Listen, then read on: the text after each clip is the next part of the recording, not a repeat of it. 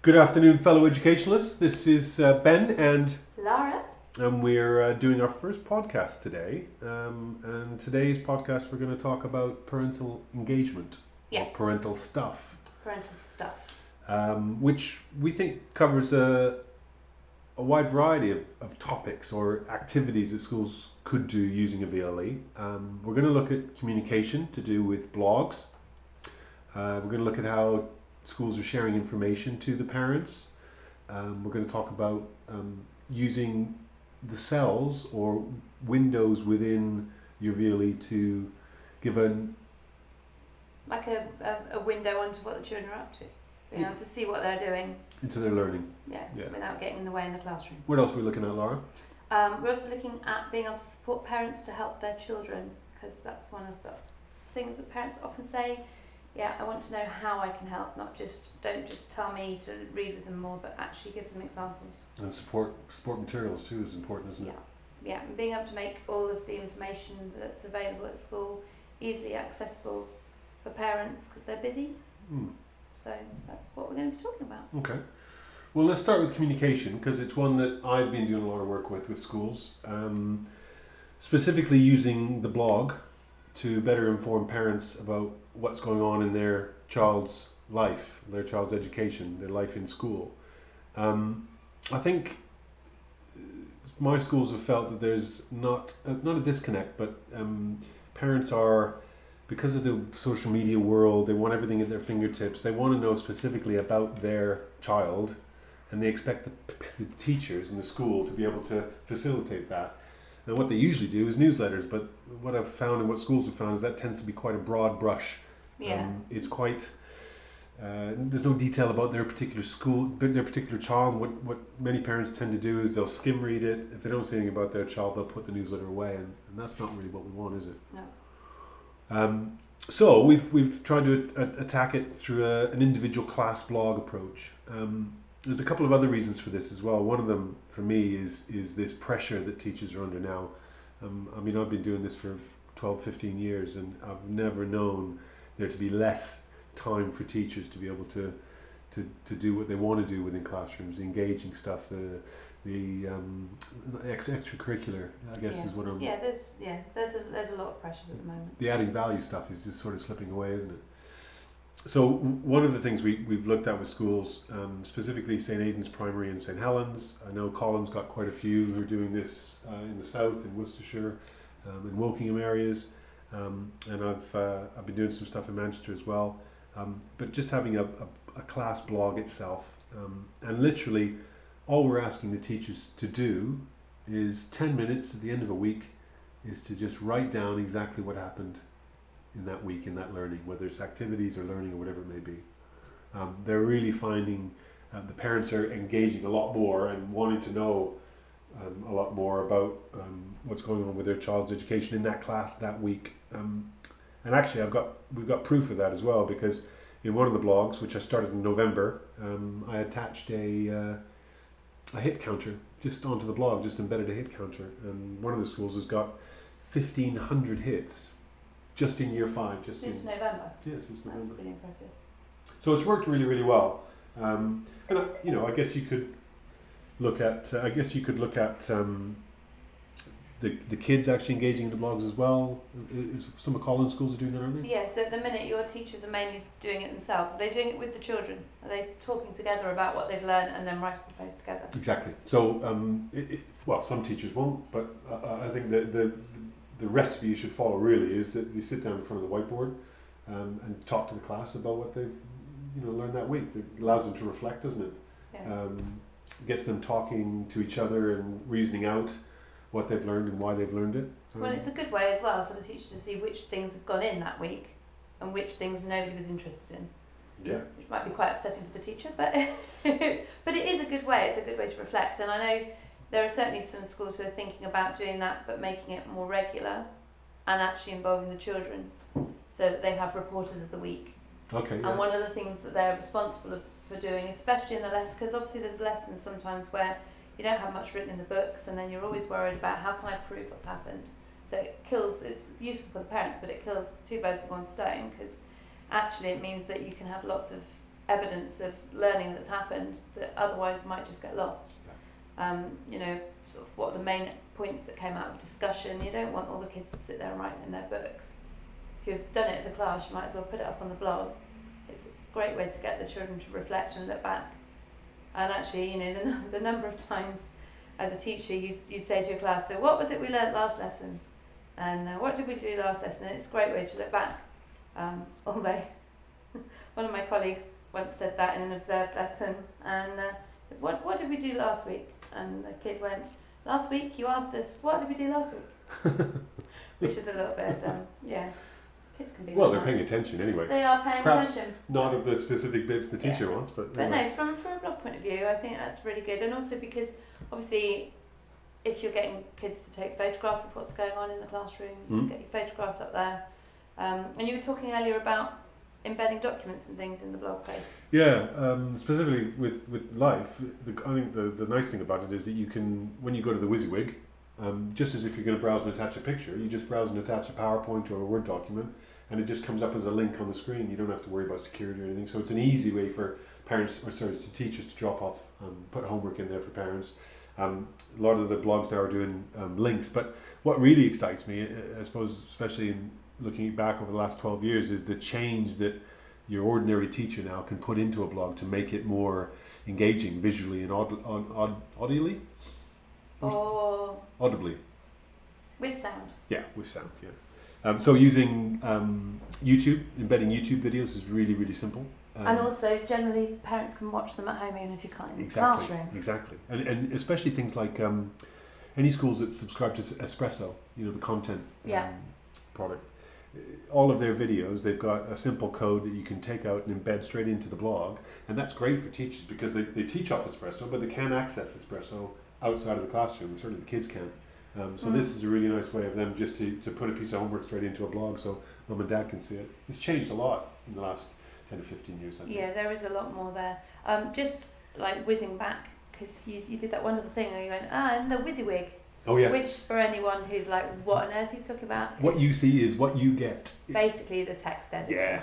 Yeah, but it's been called the WYSIWYG for years. It has been called the WYSIWYG for years, but it is a bit techie. Is it? Yeah. Never thought of myself as techie.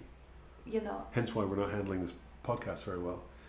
Just by the way, listeners, occasionally you may hear a lorry. We're at the top of the building in University HQ, and it doesn't look to be double glazed, the windows. But anyway, we'll press on. Laura, let's look at what are the types of things that schools are putting into, not blogs, but putting in to share information. Well, there's obviously the traditional stuff like making sure your dates are available for parents, so they don't have to go looking for them, and newsletters and things like that. And actually, from an information point of view, one of the schools that I've been working with for one of our life ideas recently, that there was so much information that they've ended up creating like a A to Z index of all the information on one page. So rather than trying to think, what page is this information? Where do I go? Is this in the letters? Is this in the club's pages? They've just done one index page, listed every single thing they want, and then at least you just click on the right thing, because that's sometimes the problem is when you're putting information up as a teacher or as an admin staff in the office, it makes perfect sense to you what page you've put it on. But when the parents look for something quickly, they want to be able to get to that information without wandering around the site.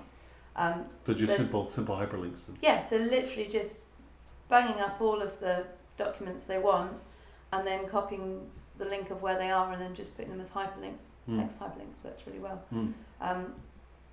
But also sharing things from a year group point of view. I mean, a lot of classes now are making sure they put expectations up for parents, so parents are really clear. All the sort of things that you normally send home at the beginning of the year, like what days PE is, just things that seem obvious to people. You know, you're as a teacher, you're like, we always have PE on a Monday and Wednesday, why can no one remember? But actually, if your life is really busy, you do forget what day your kids are doing PE. So being able to go into year groups and just check that basic information, check what the expectations are for homework, how long they're meant to be spending on thing, all the questions that you get asked day to day, really.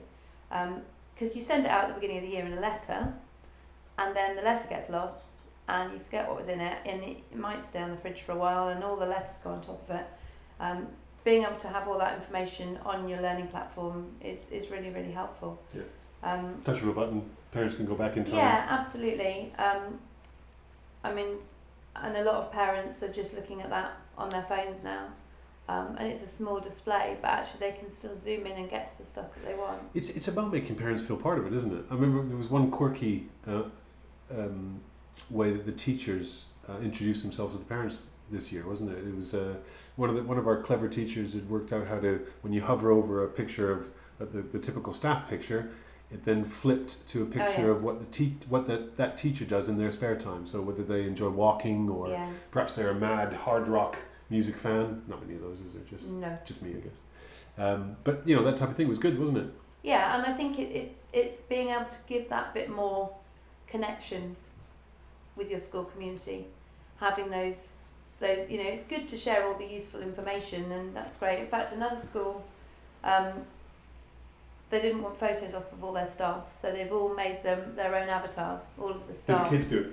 No, the staff went and chose what they thought looked good, and sometimes getting the kids to draw them works really nicely. Yeah. But they all were doing their avatars to go onto the learning platform, and they've put all of their avatars as their staff photos. That's what Greenbank Special School up in Cheshire did there, getting the kids to do the avatars for them. As you say, some teachers weren't quite as happy, but I think they'll make adjustments on some of those, and then try and put those the good ones up, shall we say. The other thing that we've seen a lot, or we see a need for, is phonics. Yeah, that's true. It's changed, hasn't it? Well, certainly. Since you were at school. Changed since the 70s. But it also has changed recently in terms of the way teachers are teaching it. So, as I said before, with YouTube, with all of these embeddable videos and sound that you can get into platforms now, it just seems a no-brainer to be able to put those up so parents can actually listen and hear exactly how it should be said. Also would probably help documents as well, but I think you can't go wrong with audio-visual. Yeah, the videos and sound clips, I mean, either finding ones, I mean, I know Colin did quite a lot of research and found lots of really good clips and then cut them right down to the individual sounds, but a lot of schools are choosing to do them themselves so that they've got the sounds but also in a dialect they're used to and an accent they're used to, and making it... It's more than that, isn't it? Because it's brilliant. If you get your kids in your class to make those sounds in video, and I think one of them even watched them write the letter on the board, your mum is going to go straight to that. They want to see their child doing it. So it's even more engagement, isn't it? Yeah. Yeah, absolutely. And it is. I mean, it's not just phonics, it's math as well. And the number of parents who go, well, I can't help because that's not how I did it when I was at school. And you don't always have time when you're doing, you try and be really good and you try and make sure you include with your homework, this is the method we use, but you don't always have time. And the kids who don't remember the exact method, or parents are getting frustrated because they don't get the method, if they can just watch a video clip or have a written explanation that they can go back and refer to, it does make life a lot easier. Yeah. Because from a teacher's point of view, it all makes perfect sense. I mean, I love the way we teach maths now, but I can imagine it sending people potty because it's all about understanding the process rather than just doing stuff. Yeah. And then it loses people's confidence, and we've got so many issues as it is with people and maths phobia and it being okay to say I'm no good at maths. You don't want to give.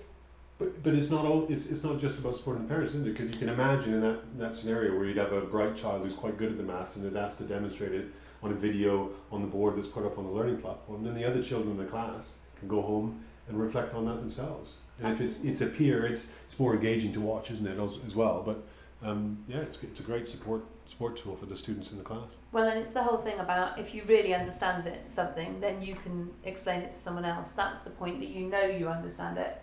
You can teach someone else. So from that point of view, it's really useful. The other one that I remembered we chatted about a few days ago was the booking form using the wiki tool. Oh yeah, from the parents' evening. So who did that first? Well, it'd been done a while ago by one of the schools up in Cheshire, I think, and a school had remembered that. I've got a feeling it might have been Frodsham. It was somewhere up that way. And they wanted to be able to have online booking of parents' evening appointments to save teachers time, to make it easier for the parents. Then there are loads of systems out there, but there aren't any free ones, and you're never quite sure what you're going to get. So yeah, they just created a wiki. We made a life idea on it as well, so it's on the Life Ideas site. So on the wiki, you've got all your slots.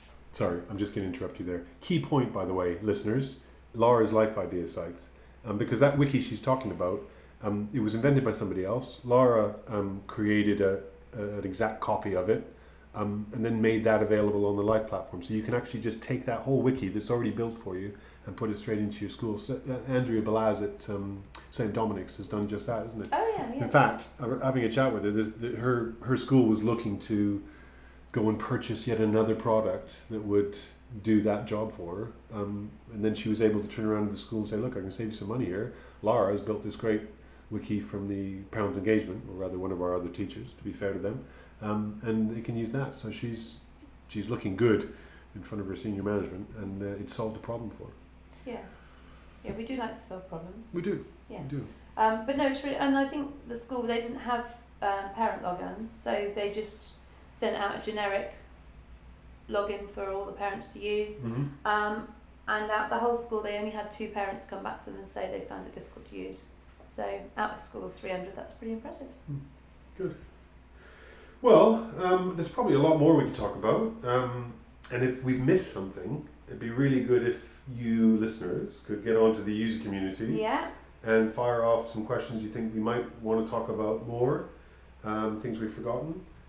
But this was just a first go. I hope you found it informative, probably not very funny. We'll work on that, I promise.